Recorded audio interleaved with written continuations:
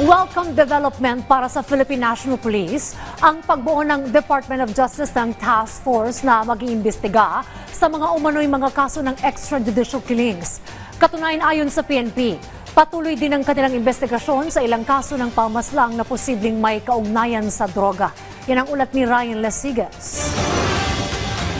The PNP will support and closely coordinate po with the NBI and DOJ in their efforts to come up with a, again, credible investigation with respect to these sensational cases mentioned during the congressional hearing po. And of course, for including those questionable police operation that resulted in the death of so many po. Ito ang tiniyak ng Philippine National Police o PNP matapos sabihin ng Department of Justice na imbestigahan nila ang kaso ng extrajudicial killings sa kasagsagan ng giyera kontra droga noong nakarang administrasyon. Ayon kay PNP spokesperson, Police Brigadier General Jean Fajardo, welcome development din daw para sa PNP ang hakbang na gagawin ng DOJ.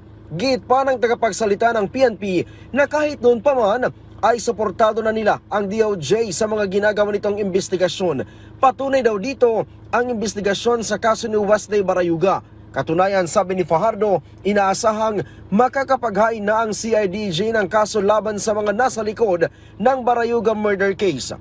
We have always been supportive of the efforts of the DOJ to conduct investigation po while the PNP is conducting its own investigation, but dito po sa mga sensational cases po na nag-crop up po during the congressional hearing.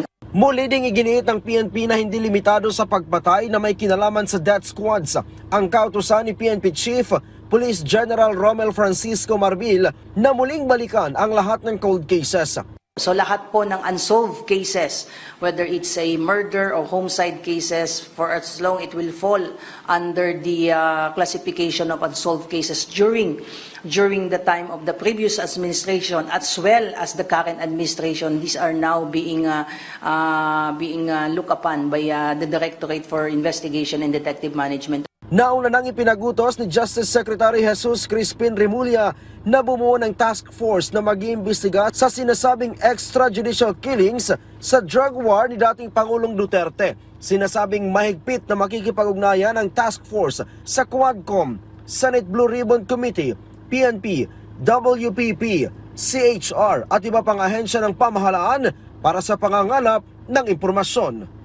Mula dito sa Campo Crame, Ryan Lesigas para sa Pambansang TV sa Bagong Pilipinas.